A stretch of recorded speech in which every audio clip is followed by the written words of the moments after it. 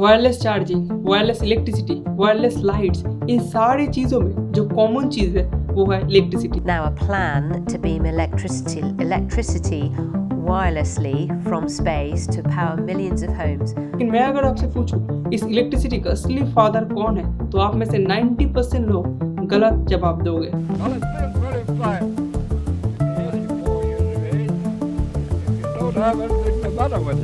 जो नाम सालों से हमारे बुक्स में, हमारे स्कूल में पढ़ाया जा रहा है, लेकिन ग्राउंड रियलिटी में ये पूरा ऑपोजिट सीन है। The birthday of the most successful and famous American inventor. तो आज की इस इंटेंसिव डॉक्यूमेंट्री में हम डिकोड करने जा रहे हैं साइंस वर्ल्ड के one of the most underrated scientist and the man of future Nikola Tesla के बारे में। Nikola Tesla, the visionary inventor behind revolutionary electrical systems, claims that electricity can be transmitted wirelessly across vast distances.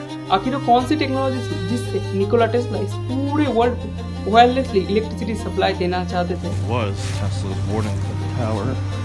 And उनके life के last stage में ऐसा क्या हुआ कि उनको एक रेंटल होटल में रहना पड़ा? $10 million owed to you by Westinghouse. तो आज की इस डॉक्यूमेंट्री में इस सारे की पॉइंट्स एक एक करके डिस्कस करते हैं। तो वीडियो में आगे बढ़ने से पहले मैं आपको बता देता हूँ, अगर आप अपने कंटेंट क्रिएशन जर्नी को स्टार्ट करना चाहते हो लेकिन आपको समझ नहीं आ रहा कैसे वीडियोस को एडिट एंड थंबनेल्स को डिजाइन करो जिससे more and more views and engagement लाया जा सके, तो टेंशन लेने की कोई बात नहीं, क्योंकि हमारा ब्रांड लोकल टेंट लेके आया है आप लोगों के लिए वीडियो एंड थंबनेल डिजाइन का सर्विस। एंड अगर आप एक नए कंटेंट क्रिएटर हो तो हमारे ब्रांड की तरफ से आपके लिए एक बहुत सारे स्पेशल ऑफर्स, तो नीचे डिस्क्रिप्शन पे लिंक दिया है, जाके चेक करो एंड बुक करो अपना पहला ऑर्डर एंड ग्रो करो हमारे साथ। तो अब वीडियो में आगे बढ़ते हैं। कहानी शुरू होती है 10 जुलाई 1856 में क्रोएशिया के एक तूफानी रात से, जहां क्रोएशिया के एक छोटे से विलेज सिमालजी में एक छोटे बच्चे का जन्म होता है। लेकिन उसको पैदा होने के टाइम पर बाहर तेज तूफान और अंधेरे की वजह से हॉस्पिटल के नर्स ने उसे द सन ऑफ डार्कनेस कहा, लेकिन उसके रिप्लाई में उनके मदर ने कहा no, he is the son of lightness. Nikola Tesla बचपन से बाकी बच्चों से कहीं ज्यादा अलग थे। जहां उनके सराउंडिंग में उनके बाकी फ्रेंड्स क्रिकेट या फुटबॉल जैसे गेम्स में बिजी थे, वहाँ Nikola Tesla chemistry, quantum physics and logarithm जैसे कई सारे एडवांस बुक्स को रीड कर चुका था। एंड इसी प्रोसेस के अंदर से उनके अंदर टेक्नोलॉजी, रिसर्च एंड इनोवेशन का पैशन धीरे धीरे डेवलप होना शुरू किया एंड वो फ्यूचर में एक सक्सेसफुल इंजीनियर बनना चाहते थे। लेकिन उनके लिए ये इतना ईजी नहीं था। दरअसल उनके फादर मिलुटिन टेस्ला एक साइबेरियन ऑर्थोडॉक्स प्रीस्ट थे एंड इसीलिए उनके फादर इवन उनके फैमिली मेंबर्स चाहते थे कि टेस्ला भी उनके फादर की तरह एक ऑर्थोडॉक्स प्रीस्ट बने। लेकिन निकोला टेस्ला कभी नहीं चाहते थे कि वो उनके फादर की तरह एज ए प्रीस्ट ज्वाइन करे एंड उनके फादर उनसे इंजीनियरिंग करने को साफ साफ मना कर देते। लेकिन इस कहानी में ऐसा आगे क्या हुआ कि उनके फादर ने खुद से उनको इंजीनियरिंग करने का परमिशन दिया। 1873 में 17 साल का निकोला टेस्ला अपने 12th बोर्ड को कंप्लीट करके अपने घर वापस आता है। लेकिन इस बार घर वापस आने के बाद टेस्ला को कॉलेरिया जैसे एक डेंजरस डिजीज का सामना करना पड़ता है एंड इस डिजीज की वजह से उनका हालत इतना ज्यादा खराब हो चुका था कि एक टाइम पे डॉक्टर्स ने पूरी तरीके से हार मान लिया था। लेकिन इसी वक्त निकोला टेस्ला अपने फादर के पास एक प्रपोजल पेश करता है एंड वो अपने फादर को बताता है कि अगर उनके फादर उनको इंजीनियरिंग करने का एक चांस देंगे तो वो पहले की तरह फिर से ठीक हो जाएगा। ये सुन के उनके फादर भी शॉक हो गए थे। अभी उनके फादर के पास दो ऑप्शन थे, नंबर 1 वो टेस्ला को इंजीनियरिंग करने का मौका दे या नंबर 2 उनके इमोशंस को हर्ट करे। एंड गेस व्हाट, उनके फादर ने नंबर 1 ऑप्शन को ही चूज किया एंड सरप्राइजिंगली उसके कुछ ही दिनों बाद निकोला टेस्ला पूरी तरीके से पहले की तरह ठीक हो जाते हैं। निकोला टेस्ला की तबीयत पूरी तरीके से ठीक होने के बाद 1875 में वो ऑस्ट्रिया के पॉलिटेक्निक कॉलेज में as a mechanical engineer student admission लेते हैं एंड जहाँ से उनकी इनोवेशन, उनके रिसर्च एंड उनके इन्वेंशन का जर्नी शुरू होता है। निकोला टेस्ला अपने ग्रेजुएशन कंप्लीट करने के बाद अपने फैमिली की फाइनेंशियल कंडीशन को देखकर यूएस में जाके जॉब करने का फैसला लिया एंड जहाँ उनसे पहली बार मुलाकात होती है थॉमस एल्वा एडिसन से। थॉमस एल्वा एडिसन का नाम हम कभी न कभी हमारे स्कूल बुक्स या हमारे टीचर से सुने हुए हैं एंड जिसे द फादर ऑफ इलेक्ट्रिसिटी भी कहा जाता है। 1887 में निकोला टेस्ला को पहली बार थॉमस एडिसन के कंपनी जेनरल इलेक्ट्रॉनिक्स के साथ काम करने का मौका मिलता है। बेसिकली ये कंपनी डीसी करंट के ऊपर बेस्ड थी, लेकिन शुरुआत से निकोला टेस्ला एसी करंट के ऊपर रिसर्च एंड इनोवेशन को ज़्यादा प्रेफर करते थे as compared to the DC current. Okay, तो वीडियो के मेन पार्ट में जाने के पहले एसी एंड डीसी करंट के अंदर जो मेजर डिफरेंस है उसको अच्छे से समझ लेते हैं। डीसी करंट मतलब डायरेक्ट करंट, यानी कि करंट का एक ही डायरेक्शन के अंदर फ्लो होना। लेकिन डीसी करंट के अंदर जो मेजर प्रॉब्लम था वो है उसका वर्किंग रेंज। दरअसल डीसी करंट का जो वर्किंग रेंज है वो 2 to 3 माइल्स है, जिसकी वजह से पूरी सिटी को इलेक्ट्रिसिटी पहुंचाने के लिए 2 to 3 माइल्स बाद एक ट्रांसफार्मर इंस्टॉल करना पड़ता था, जो बहुत ही ज्यादा cost effective and time effective होता था rather than the alternative current। और दूसरी तरफ है एसी करंट यानी कि ऑल्टरनेटिव करंट, यानी कि करंट का 2 डायरेक्शन के अंदर फ्लो होना। एंड एसी करंट का जो वर्किंग रेंज था वो भी डीसी करंट से कहीं ज़्यादा बेहतर था, जिससे एक पूरी सिटी या एक कंट्री को इलेक्ट्रिसिटी सप्लाई करने में ज़्यादा इजी होता था as compared to the DC current. लेकिन थॉमस एडिसन, निकोला टेस्ला को हर वक्त उनके बनाए गए डीसी करंट के ऊपर ज़्यादा से ज़्यादा रिसर्च एंड ज़्यादा से ज़्यादा इनोवेशन करने का प्रेशर डालते थे। लेकिन इसी बीच थॉमस एल्वा एडिसन ने निकोला टेस्ला के सामने एक प्रपोजल पेश करते हैं, जहाँ वो निकोला टेस्ला को बताते हैं कि अगर निकोला टेस्ला ने उनके डीसी करंट के मैकेनिज्म को और भी ज़्यादा इम्प्रूव करके उसको रीबिल्ड करके दिखाया तो वो उनको एज ए प्राइज मनी तौर पे $50,000 पे करेंगे। एंड इसी बात को सुन के निकोला टेस्ला बिना किसी टाइम वेस्ट करे डीसी करंट के मैकेनिज्म को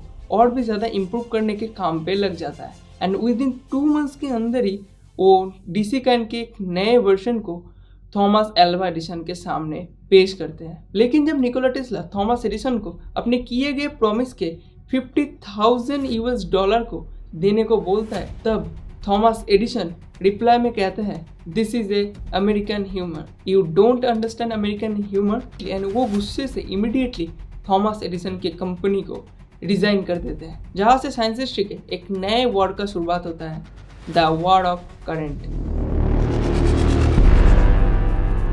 थॉमस एडिसन की कंपनी से रिजाइन करने के बाद निकोला टेस्ला की फाइनेंशियल कंडीशन पहले से और भी ज़्यादा बिगड़ जाती है। लेकिन इसी बीच 1887 में उनके साथ उस जमाने के और एक इलेक्ट्रिक कंपनी वेस्टिंग हाउस के ओनर जॉर्ज वेस्टिंग हाउस से मुलाकात होती है, जो एक्चुअल में एसी करंट के मैकेनिज्म के ऊपर इंटरेस्टेड थे। एंड वो निकोला टेस्ला के एसी करंट के मैकेनिज्म को देखते ही तुरंत उनको हायर कर लेते हैं एंड उनके साथ एक डील क्लोज कर लेते हैं। एंड जिसके चलते निकोला टेस्ला को उनकी एसी करंट के मैकेनिज्म को और भी ज़्यादा बेहतर करने के लिए पहली बार फंडिंग मिल जाती है। एंड जहाँ से निकोला टेस्ला की रिसर्च एंड इनोवेशन जर्नी पूरी तरीके से बदल जाता है। अभी तक निकोला टेस्ला ने वेस्टिंग हाउस एसी करंट के मैकेनिज्म एंड उसके पावर को और भी ज़्यादा बेहतर कर चुके थे। एंड जिसके चलते लोगों के घरों में एंड उनके वर्क में एसी करंट को ज़्यादा से ज़्यादा प्रेफर करना भी शुरू हो जाता है। लेकिन इसका असली इम्पैक्ट देखने को मिलता है थॉमस एडिसन के कंपनी जनरल इलेक्ट्रिक के ऊपर। असल में मार्केट में निकोला टेस्ला के एसी करंट आने के बाद से थॉमस एडिसन के डीसी करंट का क्रेज लोगों के अंदर धीरे धीरे कम होता जा रहा था।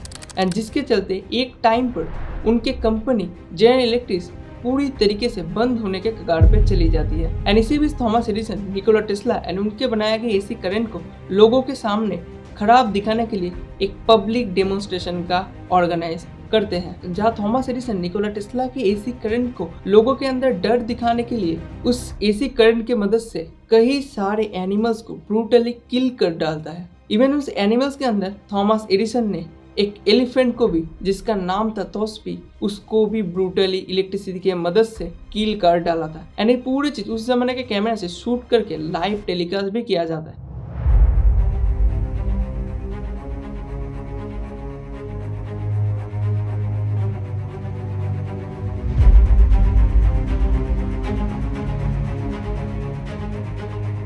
एंड थॉमस एडिसन की सब प्लान के बाद भी लोग अपने घरों में या अपने यूज में एसी करंट को यूज करना नहीं छोड़ते। एंड जिसके वजह से थॉमस एडिसन का पूरा प्लान पूरी तरीके से फेल हो जाता है। लेकिन निकोला टेस्ला के अल्टरनेटिव करंट का असली पावर देखने को मिलता है 1983 में। दरअसल 1983 में शिकागो में एक वर्ल्ड फेयर को ऑर्गेनाइज किया जाता है, जहाँ पर दूर दूर से कई सारे गेस्ट को इनवाइट भी किया जाता है। एंड इस पूरे फेयर में इलेक्ट्रिसिटी सप्लाई देने के लिए उस जमाने के सबसे बड़े 2 company general electric and wasting house को कॉन्ट्रैक्ट लेटर दिया जाता है। लेकिन थॉमस एडिसन की कंपनी डीसी बेस होने की वजह से उनका जो करंट का एक्सपेंस था वो अल्टरनेटिव करंट के कंपनी यानी कि वेस्टिंग हाउस से काफी ज्यादा थी, जिसकी वजह से इस करंट को वेस्टिंग हाउस यानी कि अल्टरनेटिव करंट के कंपनी को दिया जाता है। एंड जिसकी वजह से हिस्ट्री में पहली बार एक फेयर के अंदर 1 लाख लाइट बल्ब को एक साथ जलाया जाता है, जो इनिशियली उनके कंपनी के लिए बहुत ही बड़ी जीत थी। एंड इसके वजह से निकोला टेस्ला एंड उनके ऑल्टरनेटिव करंट के ऊपर लोगों का भरोसा एंड लोगों का ट्रस्ट और भी ज़्यादा बढ़ने लगा एंड उनको बोला गया द मैन ऑफ फ्यूचर।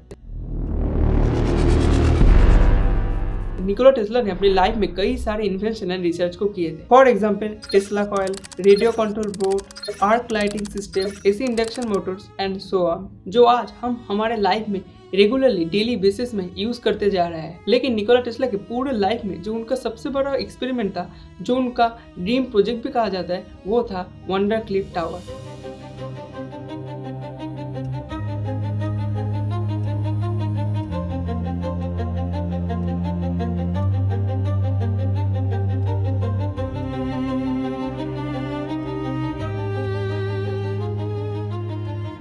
दरअसल निकोला टेस्ला पूरी दुनिया को वायरलेसली बिना तारों के इलेक्ट्रिसिटी सप्लाई देना चाहते थे एंड इस प्रोजेक्ट के लिए उन्होंने 1901 में अमेरिका के लॉन्ग आइलैंड पे एक टावर को इंस्टॉल करता है, जिसको टेस्ला टावर भी कहा जाता है। बेसिकली इस टावर का मेजर काम था अर्थ के एटमॉस्फेयर एंड ग्राउंड के हेल्प से इलेक्ट्रिसिटी को पूरे वर्ल्ड में वायरलेसली पहुंचाना। लेकिन पहली बार सुनने में ये आज भी कहीं ना कहीं एक अनरियलिस्टिक थिंग जैसा ही लगता है, लेकिन निकोला टेस्ला के लिए ये पॉसिबल था, जो उनके द्वारा दिए गए रूप से साबित होता है। आप इस पिक्चर को देखिए, जहाँ निकोला टेस्ला अपने हाथ में एक इलेक्ट्रिक बल्ब को वायरलेसली बिना तारों के जला रहे हैं। ऐसे ही कई सारे एग्जाम्पल निकोला टेस्ला इस प्रोजेक्ट के दौरान हमारे सामने पेश किए थे।